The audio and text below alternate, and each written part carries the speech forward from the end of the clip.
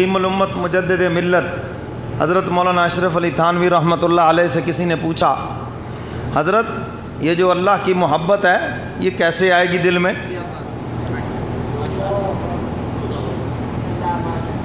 کیوں جی بتا دیں آپ کو، یاد رکھیں گے؟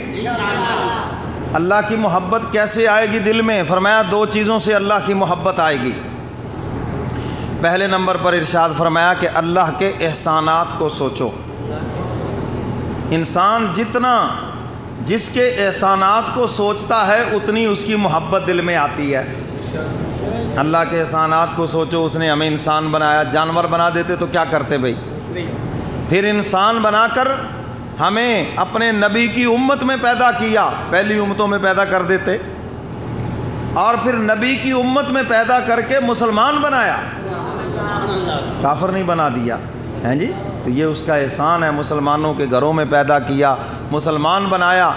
کتنے انبیاء علیہ الصلاۃ والسلام دعائیں مانگتے گئے، مولا بے شک ہم سے نبوت کا منصب وڈرا کر لے اور اس کے بدلے ہمیں اپنے محبوب کا امتی بنا کے پیدا کر دے۔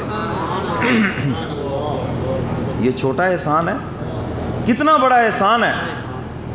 تو فرمایا حق تعالیٰ نے یہ احسان فرمایا، ہمیں اپنے محبوب کا امتی بنایا، اور آگے فرمایا جتنی نعمتیں ہیں ان کو یاد کر لو۔ اللہ نے بیوی بچے دیے ہیں، سٹیٹس دیا ہے، رزق دیا ہے، نعمتیں دی ہیں، صحت دی ہے، جسم سلامت دیا ہے، زندگی دی ہے، مہلت دی، یہ سارے کس کے احسانات ہیں؟ تو فرمایا اللہ کے احسانات کو سوچو گے اللہ کی محبت دل میں آئے گی، اور یہ بذات خود ایک عبادت ہے۔ بیٹھ کر اللہ کے احسانات کو سوچو، اور پھر اس کے احسانات کو سوچ کر ایک بات آگے بھی ساتھ ملا لو، یا اللہ جب اتنے احسان کر دیے ہیں، اتنی مہربانیاں کر دی ہیں، تو ایک احسان اور کر دیجئے، بغیر حساب کتاب کے جنت میں داخل فرما دیجئے۔ تو کیا مشکل ہے اس کے لیے ہیں؟ تو اس لیے اللہ تعالیٰ کے احسانات کو سوچو، تنہائی میں بیٹھ کر، یہ بذات خود ایک عبادت ہے، سوچو تو صحیح۔ اور اس سے تکبر کی جڑ کٹتی ہے، یہ جو میں لگا رکھی ہے جی، میں یہ ہوں، میں وہ ہوں، میں ایسا ہوں، میں ویسا ہوں، میں فلانا ہوں، یہ ساری چیزوں کی جڑ کٹ جائے گی جب اللہ کے احسانات کو سوچو گے کہ یہ سب تو اسی کا فضل و کرم ہے، میں کیا چیز ہوں؟ میرے سے بڑے بڑے عقلوں والے یہاں پھرتے ہیں، بڑے بڑے دماغوں والے یہاں پھرتے ہیں، بڑے بڑے تعلیم یافتہ یہاں پھرتے ہیں، تو سارے تکبر کی جڑ کٹ جائے گی جب اللہ کے احسانات کو سوچو گے اور ہر چیز اس کا فضل و کرم سمجھو گے۔ آج تکبر کیوں گھڑ گھڑ کے بھرا ہوا ہے اندر؟ اس کی وجہ یہ ہے اپنے کمالات پہ نظر ہے، میں یہ ہوں، میں وہ ہوں، میں نے بڑا مطالعہ ہے جی، بڑا میری معلومات ہیں، کچھ بھی نہیں ہو، فضول ہو تم۔ یہ جملہ میری طرف سے ایڈ کر لو، انشاءاللہ جڑ کٹے گی تکبر، کچھ بھی نہیں ہو۔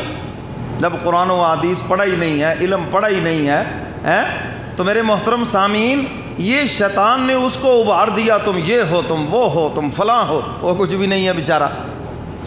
یہ تو ایسے ہی ہے، کسی غریب کو کہا جائے جی تم بڑے امیر ہو، بڑے فلاں ہو، اس کو تو پتہ ہے کہ جیب خالی ہے، کچھ بھی نہیں ہے۔ کیوں جی؟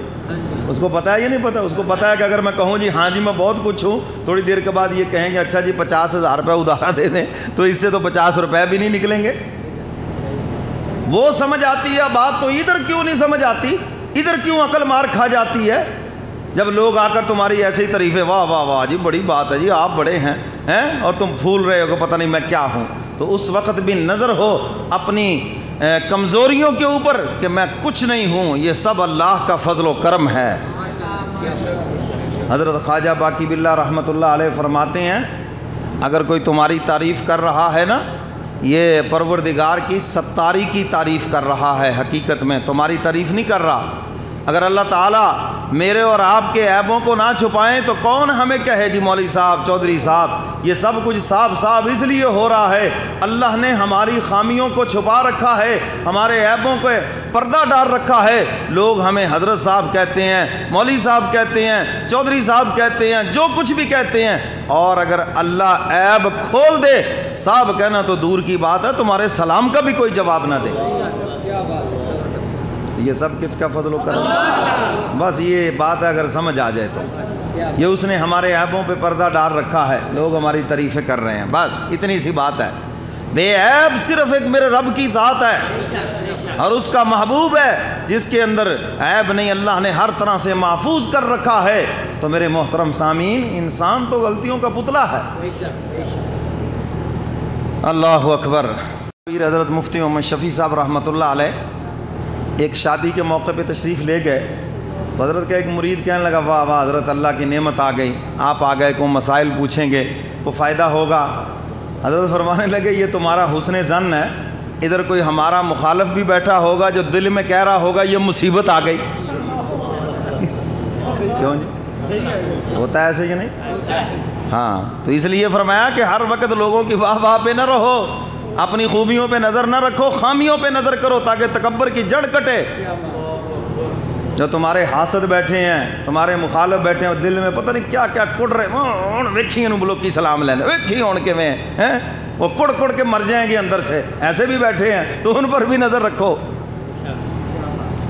یہی اللہ والوں کی پہچان ہے، ہر وقت اپنی خامیوں پہ نظر ہے، اور جو جاہل ہوتا ہے ہر وقت اپنی خوبیوں پہ نظر رکھتا ہے، اور جو خدا کا پیارا ہوتا ہے وہ اپنی خامیوں پہ نظر رکھتا ہے۔ تو پہلی بات فرمائی، اللہ کی محبت حاصل کرنے کا طریقہ یہ ہے، ہر وقت اللہ کے احسانات کو سوچو۔ کیوں جی؟ بات سمجھ آ گئی؟ جب بھی کاروبار عروج کے اوپر ہو، کوئی چیز آپ کے مزاج کے موافق ہو، خوشیاں مل رہی ہوں، ہر چیز خوب ہو، تو اس وقت آپ کی زبان پر یہی جملہ ہو، یہ سب میرے اللہ کا فضل و کرم ہے، بس یہ اس کی مہربانی ہے، یہ اسی کے کمالات ہیں۔ اور انسان جتنا مولا کا شکر ادا کرتا ہے، نعمتیں محفوظ بھی رہتی ہیں، زیادہ بھی ہو جاتی ہیں، اور جتنا ناشکرہ بنتا ہے تو نعمتیں محفوظ بھی نہیں رہتی اور ہو بھی تھوڑی جاتی ہیں۔ تو اس لیے نہ شکرے نہ بنے، شکر گزار بندے بنے۔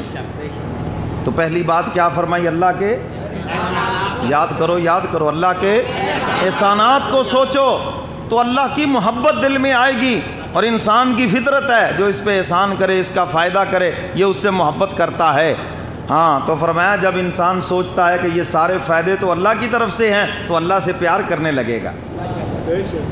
حضرت تھانوی رحمۃ اللہ علیہ سے کسی نے کہا حضرت اللہ میاں کو دیکھا تو ہے نہیں، تو پیار کیسے کریں؟ فرمایا ضروری تو نہیں کہ دیکھ کے ہی پیار ہوتا ہے، یہ اپنی جان سے سب کو پیار ہے کہ نہیں؟ وہ جی جان بڑی پیاری ہے جی، دیکھیے جان کبھی ہیں؟ دیکھیے کبھی جان اپنی، تو بغیر دیکھے اس سے پیار نہیں کرتے۔ تو جس نے یہ سب کچھ عطا کیا ہے اور اس نے کہا کہ صرف دنیا میں ہی نظر نہیں آؤں گا، جب آنکھ بند ہوگی تو صرف میں ہی نظر آؤں گا۔